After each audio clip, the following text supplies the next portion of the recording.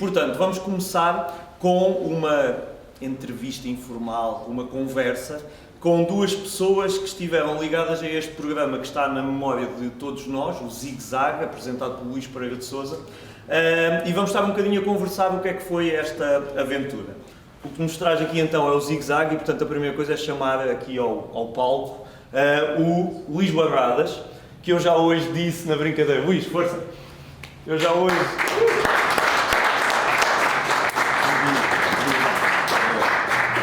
Eu já hoje disse na brincadeira que era o homem mais odiado em Portugal, porque obviamente estava sempre a ganhar os concursos e, portanto, a malta ficava com um bocado de inveja. E, portanto, o Luís nós conhecemos já há aí 2 meses. Como sabe, foi o André que identificou o Luís. Há um motivo para termos ido à procura do Luís, além de documentar esta história, depois eles falarão na entrevista. E, portanto, imediatamente ele se disponibilizou para estar aqui connosco para aumentarmos o que vamos fazer aqui hoje nesta gala do Gotti. E, portanto, é um prazer enorme. E obrigado pelo convite e por teres dado a conhecer o projeto que eu também não conhecia. Pronto. E por me teres encontrado, porque isto é uma viagem isso é fácil. de 40 anos. Hoje em dia é fácil. Encontrar faz precisamente este ano 40 anos. Muito bem. Olha, quis o destino que, e muito em cima da hora, mas quis o destino que, quando estávamos a preparar isto, eu fosse falar com as pessoas que hoje já posso dizer que são amigos da Timex, a perguntar quem é que eram as pessoas da Timex que estavam envolvidas neste programa. E quis o destino também que fosse, obviamente, uma das pessoas que eu já suspeitava, e que era o Rui Viotti, que chamo também para vir ao palco.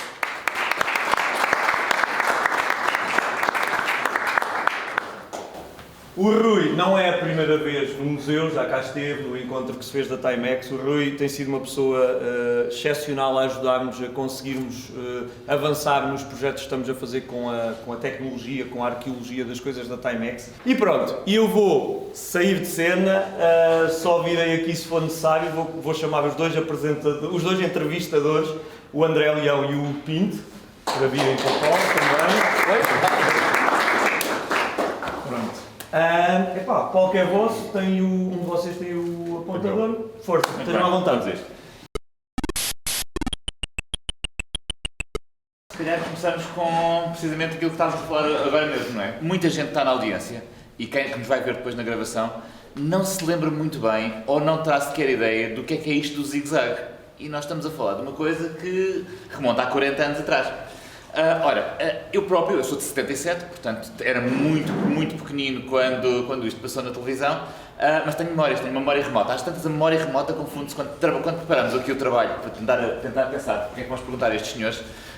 Começamos a pensar, pera lá, lemos umas coisas, vemos umas fotografias e quase que entramos dentro da fotografia. Sobretudo quem era muito pequenino nesta altura, olha para os anos 80 com uma memória rosa de que tudo era fantástico e maravilhoso e que a vida era fácil, porque éramos miúdos. Não era assim tão fácil para quem tinha mais uns aninhos que nós, sobretudo porque Portugal vivia num contexto económico completamente diferente do que vive hoje em dia. De qualquer das formas, o Zig Zag era o quê? Era um programa de variedades, apresentado por Luís Pereira de Sousa, que envolvia uma série de segmentos e nos quais, um deles em concreto, que nos traz cá, era uma iniciativa que eles faziam em conjunto com a Timex Portugal e que promovia juntar uma série de jovens num concurso de videojogos, basicamente. Num concurso de videojogos, sim. Tinha 6 jogos que depois até deram origem a 2 cassetes. Elas já estão preservadas. Temos aqui a primeira, o Zig Zag, que é a cassete oficial da competição. E temos a cassete da Timex. Sei que o Rui Viotti ainda tem a cassete por lá, não é? Felizmente já a conseguimos preservar. Mas se calhar começava aqui por isso. Temos aqui 6 jogos que estão traduzidos para a nossa língua, mas que facilmente se identifica. Começava por aqui. Luís, quando tu tiveste alguma preparação especial para estes jogos? Sabias quais eram os jogos que iam estar na competição? Como é que foi isso? Não, assim, inicialmente, fazendo aqui também, tentando recordar 40 anos atrás, sem conseguir precisar se isto foi mesmo assim, na realidade eu acho que o concurso foi publicitado, como eram todos os concursos, em termos de inscrição. Ia para os jornais, ia para as revistas, e com os tradicionais cupomzinhos, tu tinhas que recortar, preencher com os teus dados, colar num postal e enviar o postal. Não me recordo se na altura explicavam a dinâmica do concurso, mas presumo que não.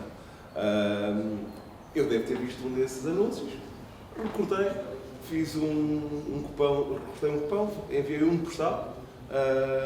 Nem me passou pela cabeça enviar 100 postais.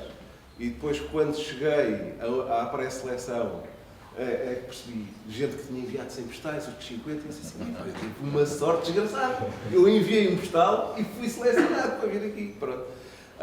E depois, aí sim, nessa pré-seleção, que era feita 24 horas antes, é que tu tinhas a informação de quais eram os jogos que iam ser naquela semana, porque destes 6 só havia 3 que faziam parte da eliminatória. Tu até podias nem sequer ter os jogos, se calhar até chegavas lá certo. E nunca os tinhas jogado. Não? Eu, por acaso, daqui recordo-me que deveria ter todos.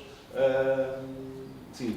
Temos ali o Full Throttle, temos o Check. Eu ia comentar isso, não é? Isto são jogos perfeitamente conhecidos do mundo internacional, mas são traduzidos para português. São. O Zig-Zag era o Full Throttle, era aquele de motas, o Hobbs era o Check, o Vertigem era o Dead Chase, o Glug Glug era o Glug Glug, o Phoenix era o Phoenix, sim, e o ténis era o Match Point. Na realidade, eu na minha eliminatória devo ter jogado o Vertigem, o Match Point jogaste? Mas o Match Point era sempre o jogo da final, ou seja, cada sessão era composta por 2 concorrentes que jogavam entre si 3 jogos, que eram 3 destes 6 menos o Match Point, e quem passava à final, digamos assim, jogava o Match Point contra mim. E era o jogo todo, é que o Match Point é um jogo que... Não, aquilo eram 3 pontos, se não me engano. 3 pontos? 3 sets. 3 sets, pronto. 3 pontos a 7, sim. Porque o Match Point é um jogo que acaba por demorar 45 minutos. Sim, não. Aquilo eram 3 pontos. E aí também tem uma vantagem quem joga dos lados, não é? No Match Point. Como vocês sabem, no ténis, a cada ponto ímpar muda-se de campo. E na realidade, fisicamente é igual, estar a jogar de um lado ou do outro. Quando estás a jogar numa plataforma, num ecrã, estás a jogar de cima para baixo, tens os movimentos invertidos, não é? É muito mais natural jogar de baixo para cima. E, portanto, eu tradicionalmente começava em cima e ao fim do primeiro ponto mudava para baixo e jogava os últimos 2 em baixo. Em determinada altura do concurso, eu julgo que o concurso teve 13 sessões, se não estou em erro, o Rui, e muito bem, defendendo os interesses da dinâmica do próprio concurso, disse, não, tu desta vez não vais jogar assim, vais começar a invertir. Eu disse, mas porquê? Não, porque tem que ser, não sei o quê, não sei o quê. É variedade. Vou deixar. O gajo também quer que eu vá-me embora daqui, não sei o quê, pronto, eu percebo. Pá, e ainda por cima apanhei um gajo que jogava bem àquilo, não é? Portanto, a dificuldade foi a dobrar, mas pronto, na realidade... O sucesso também foi maior. Também foi maior, exatamente. E mais meritório ainda, perfeitamente. Na realidade, acho que tem estas curiosidades engraçadas. Sim, porque deixar claro, quantas edições teve o programa? Eu acho que 13, sim. Quantas é que o Luís ganhou? As 13. As 13. Portanto, isto às tantas começavas a perceber, desde uma, ou ele tem uma aptidão brutal, ou realmente há ali qualquer coisa de muito esquisito. Não, pelo jeito ele tinha efetivamente uma aptidão brutal, comprovado pelo inverter do campo. Rui, como é que se lembraram de criar aqui uma competição destas para... Deve ter sido um conjunto de fatores muito diversos. Portanto, a TMX estava muito envolvida ou era muito solicitada para fazer apresentações, para ir às escolas, para estar presente em tudo aquilo que o Spectrum pudesse fazer qualquer coisa. E lembro que já tinha havido alguns contactos com a televisão, com a RTP, agora os pormenores exatos também não me lembro. Mas a ideia era sempre promover vendas de computadores e nada melhor do que um programa ao domingo à tarde e para a malta nova. Basicamente foi isso. Tem noção da popularidade que isto teve na altura? Não. Talvez na altura tivesse mais, neste momento não, porque a minha preocupação na altura era pôr aquilo tudo a funcionar e depois continuar Aliás, com outras... vamos ver o Rui depois aqui em algumas fotografias, não tem, e não havia também hoje em dia nós na internet conseguimos ver muita coisa e muitos comentários. Na altura as coisas eram mais em papel, portanto a circulação da informação não era tão fluida como é hoje. E pronto, na altura havia muitos projetos, estávamos envolvidos com muitos projetos, e portanto saí de lá ao domingo e já estava a pensar em outras coisas, portanto não tenho bem noção. Mas sei que havia muito interesse e havia muita malta que falava, porque via como é que se pode lá ir, como é que não se pode lá ir, por aí fora. Portanto, teve impacto, até porque foi o primeiro evento desta natureza, teve impacto, não tenho agora a noção, passados meio dúzia de anos desse período, enfim, não tenho bem noção do que foi. O que nós vemos aqui no ecrã, desculpa, queres? Não, força. O que nós vemos aqui no ecrã temos dois momentos e dois temas curiosos no ecrã. Quem está cá fisicamente connosco vê e pode ver depois com mais detalhe depois da sessão, na parte esquerda do ecrã, uma série de fotografias. Deixa lá o detalhe. Algumas em que temos uma série de fotografias, algumas de bastidores, outras muito perto da posição das câmaras do próprio programa em si, do Zig Zag, com uma bancada na qual tínhamos três estações com três computadores. Nós estávamos há pouco a perguntar-nos na preparação que computadores seriam, se era um Timex 2068, um 2048. Parece-me um 2068 também. E deste lado temos essas fotografias e são artefactos raros. Porquê? Porque, como vemos ali depois no lado direito, nós disponibilizamos depois, junto para quem esteja a ver na internet, disponibilizamos um link precisamente para o que aqui está. Quem esteja a ver do lado direito tem uma coisa curiosa, temos ali uma petição do Mário Viegas, basicamente em que se propunhamos pedir à RTP onde é que estão, reimitam por favor o Zig Zag, onde é que está o Zig Zag. E não há uma cópia conhecida nos arquivos da RTP deste programa. Foram reescritas, havia muito uma prática de reutilização dos medium de gravação e, portanto, para outras coisas, e o programa ficou perdido para lá dos arquivos da RTP. Portanto, se alguém que nos esteja a ver tiver lá naquela gavetinha de casa uma cassete Betamax ou VHS, nem que seja do episódio, um episódio, não precisamos dos 13, qualquer coisa era um momento de recuperação espetacular para nós, amigos do museu, e garantidamente para a memória coletiva deste momento na tecnologia em Portugal. João, tu também até tens aqui... Assim, há aqui outro pormenor, é que nem todos os programas eram... Anda cá para as câmaras, homem! Vem. Nem todos os programas, pelo que me foi explicado, entretanto, eram gravados. Sim. Havia muita coisa feita em direto nesta época na televisão. Pronto, ou seja, até a importância, digamos, das pessoas envolvidas nos programas muitas vezes afetava essas escolhas. E, portanto, tudo isso contribuiu para, na realidade, não existir. Já foram feitas todas as tentativas que possam existir junto da RTP para procurar isto. Houve contactos oficiosos, só eu estive envolvido em 2 ou 3 tentativas depois desta petição que não deu. Aliás, está disponível para todos nós, por exemplo, outro sítio onde aparece o Rui Viotti, a visita da Margaret Thatcher a Portugal, sim, que a RTP disponibilizou depois do nosso pedido, que começou à procura novamente do Zig Zag. Portanto, a RTP esqueçam. Mas é curioso, estava à espera que houvesse uma fita de continuidade da emissão, das emissões do dia, que eles guardassem pelo menos uma fita de continuidade. Esse detalhe já não consigo dizer como é que está organizado, não percebo nada do arquivo deles para poder opinar sobre isso. Sei que todos os keywords que podia haver que de alguma forma fossem levar a temas do Spectrum, nós já as tentámos explorar. Agora, a esperança é, na realidade, e seja Betamax, seja qualquer formato... Arranjamos o leitor. A gente resolve isso tudo. Podemos dizer, noutro contexto, noutro trabalho que estamos a fazer com coisas da Timex, temos filmagens da fábrica graças a uma cassete beta que nos entregaram. E, portanto, tudo isto são coisas, na realidade, muito importantes, e se a comunidade puder, de alguma forma, procurar, era algo muito interessante.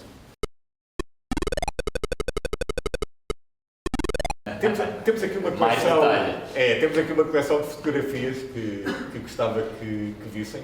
Conseguimos ver o Rui, é verdade, conheço esta câmara de algum lado. O Rui está ali a mexer, melhor nos próximos. Está ali a mexer nos computadores. O Luís está aqui, em baixo na da direita. Não estou aqui, não é nenhum. Estás ali com o colete. Talvez sim. Não, mas já vai aparecer. Vê-se melhor. Esta apresentadora nunca... Quem era a apresentadora?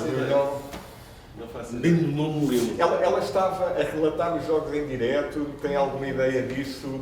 Era, digamos, uma assistente do Luís Pereira de Sousa, portanto ele falava, apresentava-nos partes do programa, ele apresentava outras, e era ela que estava destacada para esta parte do... Era ela que criava ali um bocadinho de emoção. Sim, poderia chamar os concorrentes e Fazia algum relato. Mas o momento não era silencioso, não é? Ou seja, ela própria faria algum relato, mostrava, não sei quanto vai para a frente e tal. Vocês têm uma fotografia em que ela está inclusivamente a olhar para a televisão. E está, parece a relatar, não é? Porque durante o jogo, o que aparecia nas televisões era o ecrã do jogo, não se via nada do estúdio. Portanto, era tudo fora das câmaras. Eu julgo que foi aquele, não sei se é apresentador, que estava ali de lado, ele Não, esse deve ser o colega do Viotti e o Rui, que ele não se lembra. Este era um indivíduo que um colega meu da O Rui Gomes altura... Costa, aquele que te mandou as fotos. Exatamente, foi ele Deve que ser mandou até essas fotos. Julgo que foi Ele ele. publicou no direto da arrecadação. Até julgo que foi ele que disse que já não havia as filmagens, que o que havia foi reescrito. André, acho que temos aqui a resposta à nossa pergunta, 2068, olha lá, se vês bem. Não lembro tanto. Exatamente. No programa via-se o carregamento dos jogos? Não. Ou usavam o cartucho precisamente Não, isso para... era feito tudo antes. Aliás, a razão pela qual havia vários jogos e só 3 ou 2 ou 3 é que era para se algum falhasse, havia alternativas. E tu tinhas já aquilo montadinho de maneira a desgraça não acontecer. Aqui vê-se melhor até. Exato. Temos ali o Rui ali a olhar para a ver se está tudo tecnicamente. Eu à espera, estás a ver? Eu estou aqui à espera que eles acabem. Exato. Sim, vê-se ao fundo. O João Encarnado chamou a atenção que se vê também FDDs no sistema de disquetes em 3 módulos aí na... Sim. Estão ali à frente, sim. Portanto, também havia coisas em disquete a ser usado. Luís, recordas-te algum desses concorrentes? Algum deles era aquele que deu muita luta? Este grande tem assim uma ideia que deve ter passado à fase final e que deve ter dado luta, mas não. E tinha uma t-shirt. Todos eles davam luta, não é? Tinha uma t-shirt vintage que na altura não era vintage, era a última guerra, não é? Ghostbusters. Dos jogos, qual era aquele que gostavas mais? Eu depois com base no concurso acabei. O jogo que eu me lembro mais, o que eu gostava mais é o Chucky. Não sei se foi o meu primeiro jogo, o que é que foi, mas gostava efetivamente do jogo. Depois, em função disto, aquele que me ocupava mais tempo durante a semana era o Match Point, porque era o único que eu jogava aqui. Okay? Eu também tinha uma ligação na altura ao ténis e não sei o quê, portanto achava alguma piada ao jogo. Mas de uma forma geral, eu acho que o engraçado no meio disto tudo na altura era, e se calhar um bocadinho diferente daquilo que acontece hoje, fazendo esta analogia. Eu lembro-me que a malta jogava jogos em casa, mas com os amigos todos, portanto não havia ligações à internet, não havia nada, e portanto que também só dava para jogar 2 no máximo num teclado pequenino, não é? Mas havia muita gente dentro de casa para se Mas havia gente à volta, não é? Era a rede social dos anos 80, verdadeiramente, a casa de cada um. Partilhava a casa de cada um com o computador como um mote de... Uma das mais fortes memórias que eu tenho é estar com a família a jogar Fórmula 1, aquele que dava para 6 ao mesmo tempo. Por acaso foi engraçado vocês não se terem lembrado deste, mas ocupava muito tempo para lá. Mas vê-se ali, parece que a apresentadora está a fazer o relato do jogo, não é? Ela ia vendo e ia dizendo aquilo que ela sabia. Quer dizer, também ao fim de algumas sessões ela já ia conhecendo também os jogos. Fotografias de arquivo. Temos aqui este concorrente também, não te recordas? Luís, isto era bem conhecido, não é? Portanto, tu provavelmente passaste a ser uma figura conhecida da realidade daquela faixa etária. Sim, é uma verdade, porque obviamente, graças a Deus, não tínhamos as redes sociais que temos hoje, nem tudo isso, porque eu já achei que na altura havia ali um bocadinho de... Eu parece que não, toda a gente diz que não, da família, não sei o quê, mas eu sou tímido, na realidade. E na altura, se calhar, era muito mais tímido. E tu entras dentro do autocarro e de repente está toda a gente a olhar para ti e está toda a gente a comentar sobre ti, não sei o quê. É estranho. E só tínhamos a televisão, se bem que na altura só tínhamos 2 canais e a RTP2 era a RTP2, portanto não tinha grande... Todos os olhos estavam focados naquelas pessoas. E depois disto tudo, na realidade, houve aqui um boom também de interesse por parte da mídia, no sentido de deixa lá perceber quem é o jovem, o que é que ele vai fazer na vida, não sei o que, não sei o que mais. Pronto. E isso também criou aqui algum impacto mediático, quer em jornais, quer em revistas, quer não sei o quê. Obviamente não tinha nada a ver com o que é hoje, não é? Mas claramente não só o programa, como depois toda a mediatização feita à volta disto, que eu acho que a Timex e o próprio Spectrum também beneficiaram com isto. Não é? eu ia fazer essa pergunta a seguir. Há aqui uma mística nos anos 80 com tudo o que brilhasse e tivesse teclas, não é? Ou seja, o computador, a começar a chegar à casa dos portugueses, mais ou menos nesta altura, era uma oportunidade de ouro para que vocês pegassem num segmento de mercado que já de si tinha interesse apelativo e o alimentassem diretamente com um produto que chegava a muita gente ao mesmo tempo. Tu disseste há pouco, não sei exatamente como, mas isto transformou-se numa coisa na qual esta colaboração entre a Timex e a RTP fez surgir o programa. Como é que era preparar isto? São memórias já um bocadinho antigas. Muito nervosismo. Mas depois ao fim de alguns programas a coisa já entrava numa rotina mais calma.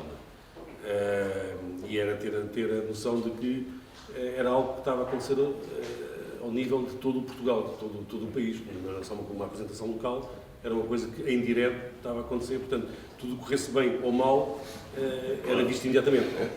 E era alguém que respondia por isso, que não tornava as coisas muito fáceis, mas Ainda cá está. ainda cá estou. Não tenho um carro arriscado, portanto. E das memórias que eu tenho, correu tudo bem sempre. Eu acho que Sim, nunca acho foi que nenhum não jogo tenho. abaixo. Não tenho memória de ter falhado ali nada. Pelo que eu estou ali a ver, vocês estão os dois a jogar no mesmo computador. Porque não é? este já é a final, de certeza, isto já é match point. Match point. E eu creio que tinha sempre um segundo computador com o jogo também carregado, para caso falhasse um, passasse para o outro. Eu estava a ver se há umas fotos, há ali um bocadinho mais acima que se vê o backup e que se vê que vocês têm um computador e outro à frente, ou do FTD com um suporte. Pronto. Provavelmente em final, se calhar é daí que te lembras desse rapaz alto. Era o que eu estava a dizer, pronto, agora vê-se Sim, ele vai carregar a seria final. engraçado encontrarmos também. Pois, Mas não temos, aliás, não há registros de nada. não, o único nome que saía nos mídias era o teu. Pronto, eu peço desculpa. Estiver a ver agora Tentou ganhar tudo, não foi?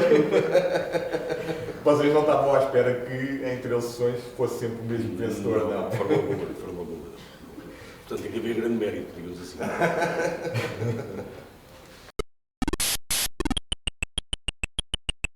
Aqui está mais alguns concorrentes, esses não conseguimos identificar. O Rui está ali, sempre à esquerda.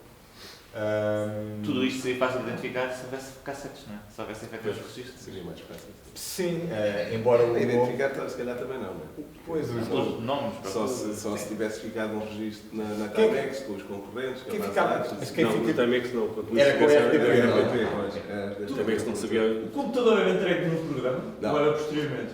O Rui entregava num vale, num envelope. A história do vale também tem alguma piada. Tem a ver exatamente com isso. No dia em que ele me trocou as voltas, deu-me entregar o envelope e eu assinei, se calhar fruto de alguma descompressão, disse assim, não disse, mas numa de, olha, vou levar outra vez o computador.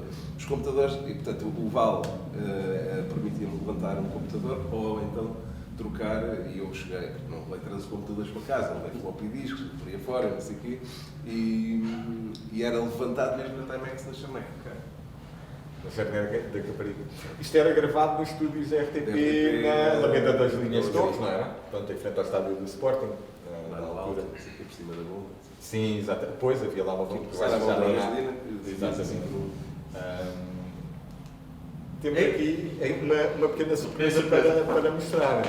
Nós tentámos e conseguimos contactar o Bispo Pereira de Sousa, aqui o João contactou. Eu falei com ele já 2 ou 3 vezes, ele não pôde estar presente, mas quis de alguma forma também associar-se.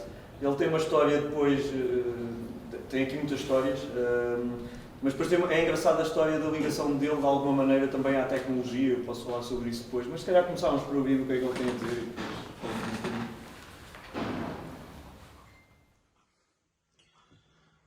Olá, cordiais saudações. Há tanto tempo que não nos víamos, não é verdade?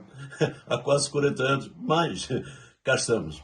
E desta vez para agradecer o convite que me fizeram para estar aqui presente nesta reunião, nesta festa simbólica, mas simultaneamente histórica, que repete um momento decisivo do primeiro passo do nosso país para uma nova linguagem que está a mudar o mundo todos os dias. Umas coisas boas, outras coisas nem sempre boas. Mas é muito importante que isso aconteça.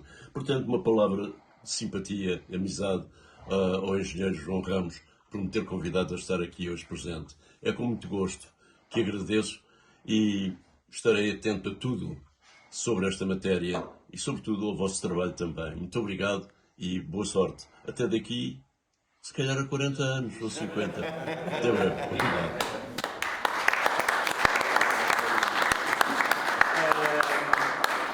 Eu fui falando um bocadinho com o Luís Pereira de Sousa na preparação disto, depois tive a oportunidade de falar com o filho, com o Ricardo.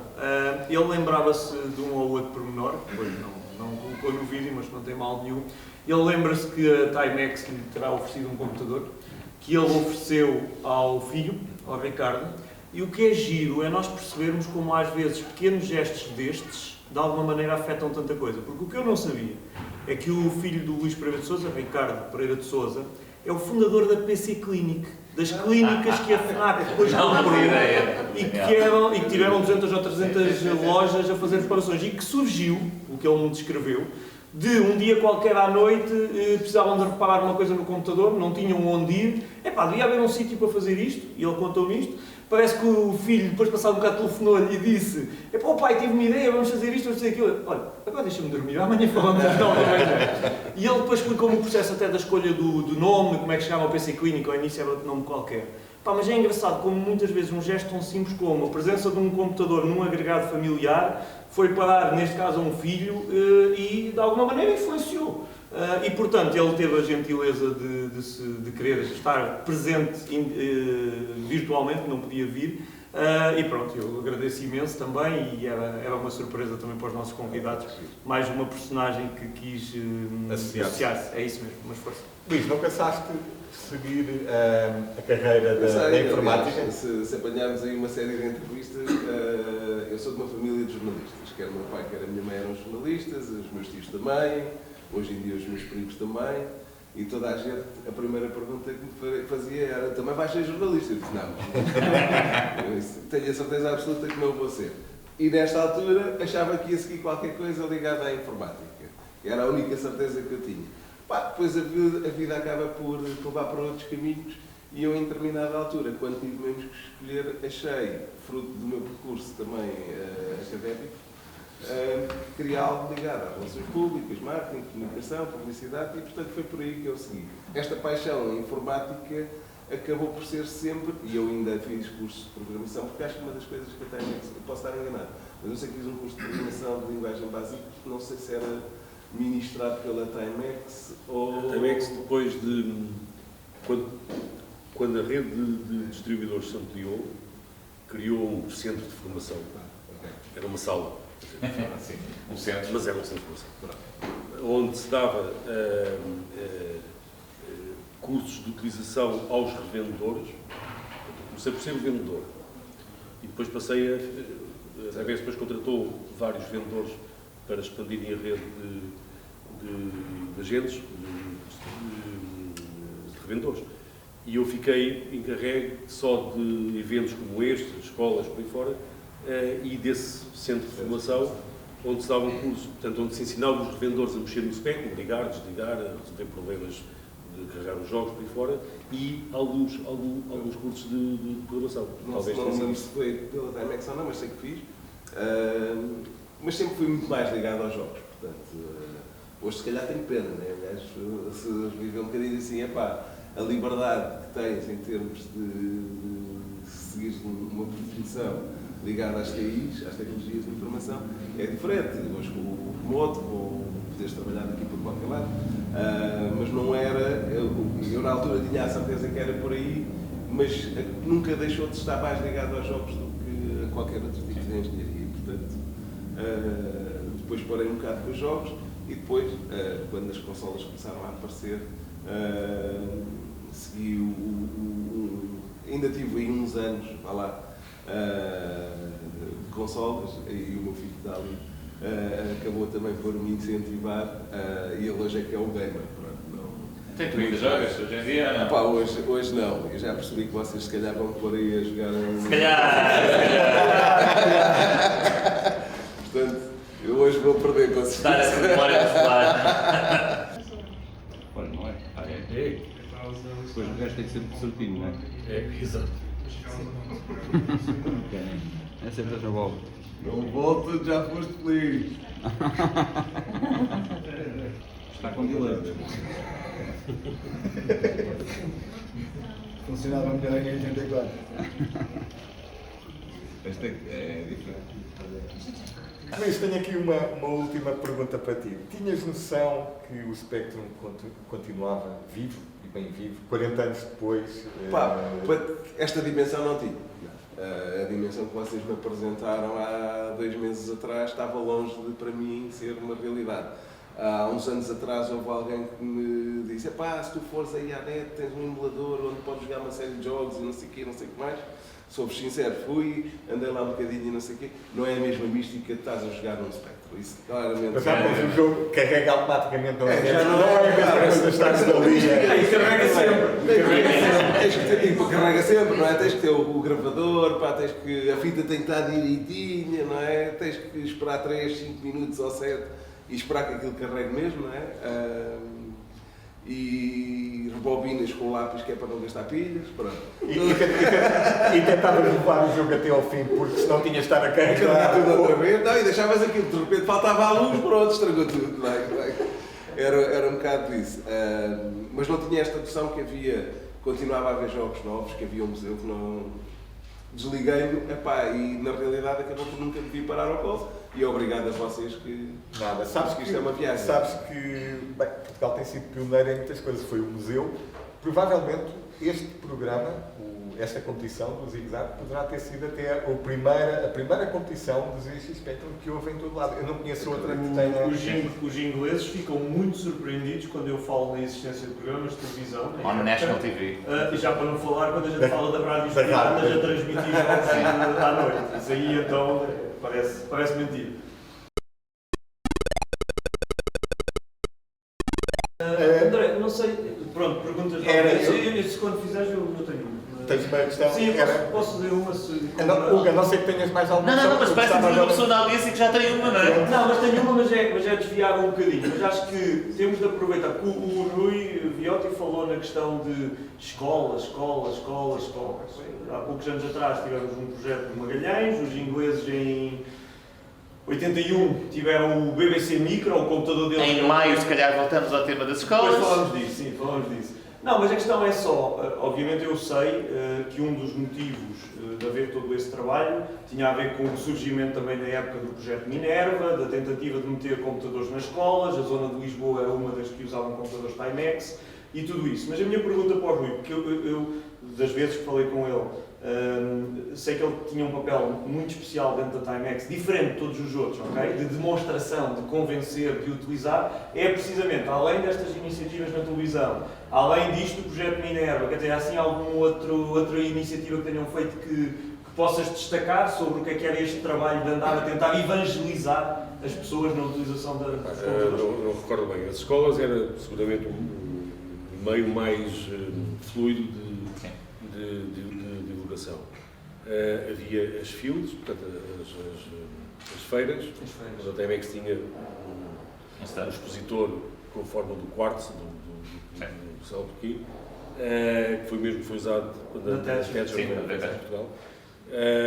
Não sei se sabem porque é que isso aconteceu já agora. O que é que teve eu sei, mas força, é uma história motivo. Basicamente, a Timex ofereceu computadores ao governo britânico para o governo britânico oferecer ao governo português para os espalhar pelas escolas. Portanto, basicamente... A Timex oferece a 5 euros, 5 euros oferece à Thatcher e a Thatcher vem cá dizer que ofereceu computadores a Portugal. Isto é anedótico. Com um grande aparato, com no último andar do Ritz, creio eu. Mas as escolas eram um ponto de divulgação mais fluido. E depois alguns eventos pontuais de associações, participação em eventos desportivos, nomeadamente algumas regatas no Alentejo, onde, portanto, essas associações ou esses organismos contratavam a Timex para emprestar computadores e normalmente eram fazer os programas para fazer qualquer coisa. Portanto, isso aconteceu em regatas, aconteceu num evento que durou muitos anos, que eram os Jogos Médicos Nacionais. Portanto, havia um indivíduo que juntava 500 mil médicos, normalmente em Troia, e toda a parte de gestão das inscrições e depois gestão dos resultados era tudo feito com espectros. Portanto, a Timex patrocinava algumas coisas, fornecia os computadores, eu ganhava dinheiro com programas, não quem é que os pagava, mas enfim. Havia mais. As solicitações eu sei que havia muitas. RTP da Madeira, numas eleições, também pusemos lá uns computadores a transmitir em direto, a receber dados, já não me lembro bem como, via Marconi, a receber dados das freguesias ou dos pontos de contagem dos votos, para depois meter aquilo tudo e fazer umas listas e apresentar, portanto, em direto nas eleições.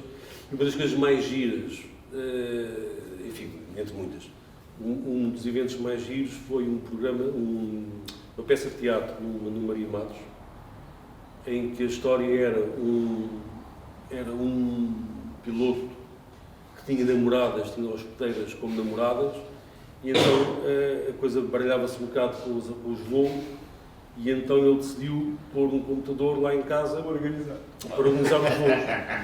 Portanto, e lá assistia à peça, fez o programa, foi um programa muito bem porque aquilo eram só 2 ecrãs ou 3 ecrãs, ele só tinha que carregar um teclado qualquer para mudar de ecrã, portanto demorou-me 10 minutos a fazer e cobrei não sei quanto. Portanto, foi um valor horário muito bom para a altura, não foi muito, mas foi um valor horário muito bom. Mas foi uma das coisas giras e havia muitas iniciativas dessas. Portanto, o Spectrum, fundamentalmente, quer dizer, os X81 antes, mas fundamentalmente o Spectrum, de facto, teve um boom que eu penso que não terá tido, em cá em Portugal, não terá tido em mais lado nenhum. Havia paizinhos a contactar a Timex lá na Charneca, a pedir arranjem-me um computador, isto no Natal, nem que seja estragado, porque eu tenho que pôr um computador lá no... E há muitas histórias dessas. Havia uma firma, um agente em Alcântara, que quando chegou à loja tinha 42 pessoas em fila para comprar, portanto não havia Black Fridays, mas havia estes eventos.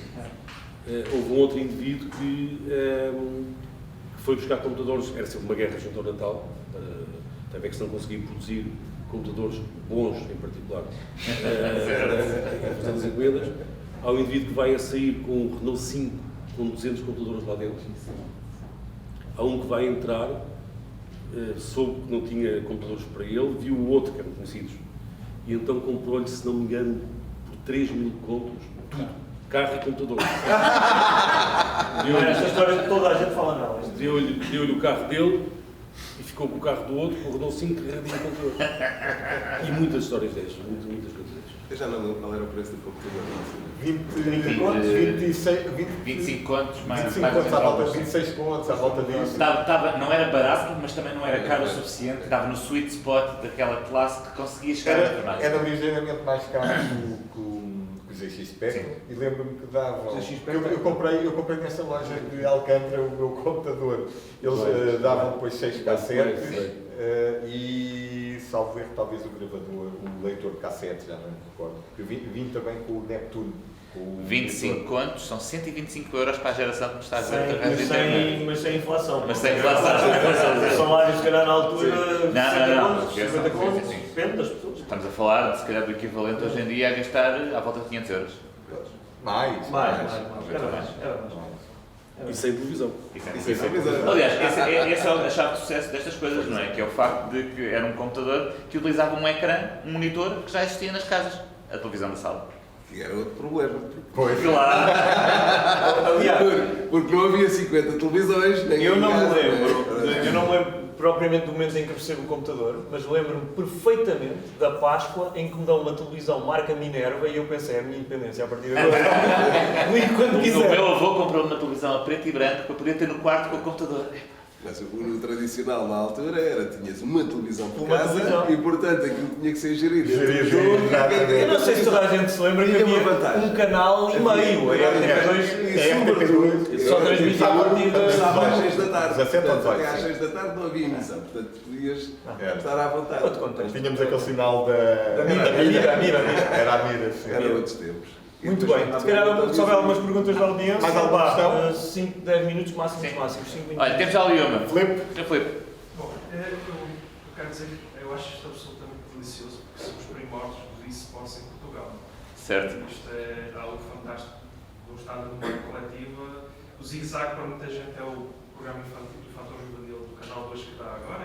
Exatamente, é verdade. Eu queria fazer uma pergunta ao Luís Barradas. Se o Luís Barradas, o jovem Luís Barradas, vivesse na década de 20 do século XXI, seria um jogador profissional de esportes? Acho que isso é sempre futurologia, é difícil de... Mas eu acredito que, encaixando aquela realidade dos meus 12, 13, 14 anos, num modelo atual,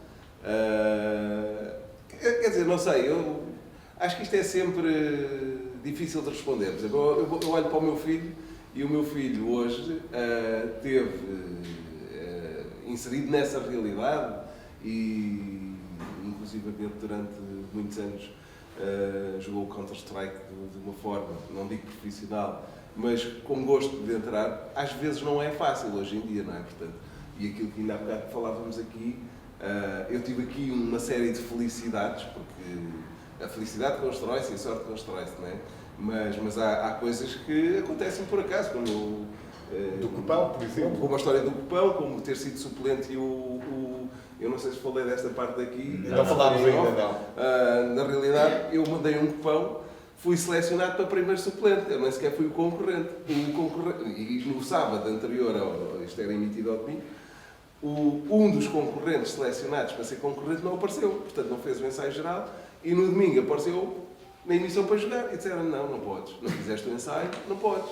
Portanto, eu, para além de ter mandado um Copão, para além de ter sido primeiro suplente, tive estas felicidades todas, e o jogo, obviamente, que há determinados momentos em que também és feliz no jogo. Devias ter comprado uma cautela para... Tiveste outra felicidade. É que o João Encarnado não concorreu para jogar Shaquille. Eu vou querer ver isso.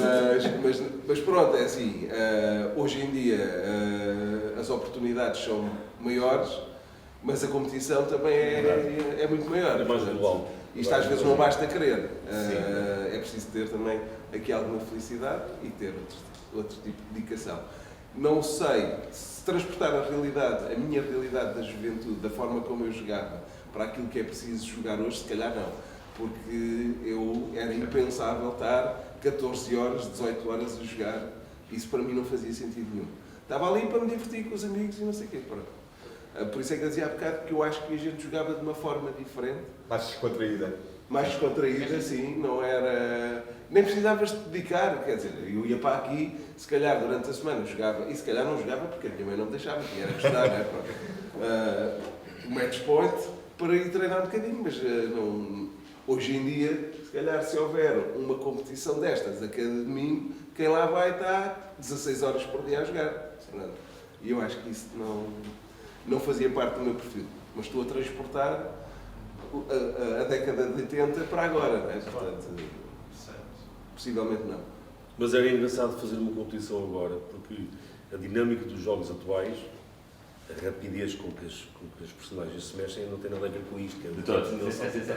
Era engraçado ver malta nova a jogar isto, e iam ficar muito nervosos agora a jogarem àquela velocidade, não é?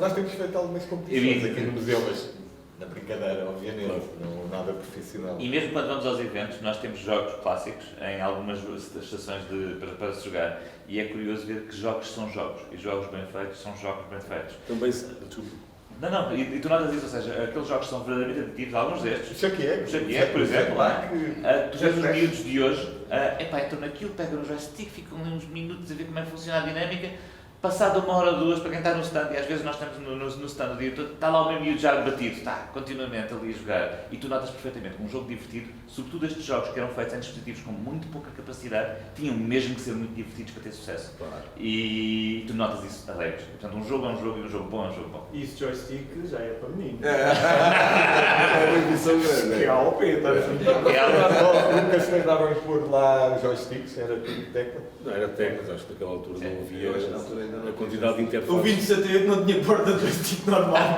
Foi, tinha, exato. Ok. Mais algumas questões? Temos ali uma Já agora, só para o Luís, nunca sentiste aquele bichinho de fazer um programinha? Ou seja, tu jogavas e eras para o Senti. um programinha, quando é que fosse um Bluetooth? Não, senti. E depois de ter aprendido linguagem básica ainda senti mais. Não tenho ideia de ter chegado a algum lado, mas tenho ideia de ter começado a construir alguma coisa, assim. Mas por alguma razão não se proporcionou. Não consigo ter uma memória disso, mas lembro-me que terei tentado e que fiz algumas coisas, não me perguntei o quê, porque na realidade não me consigo recordar.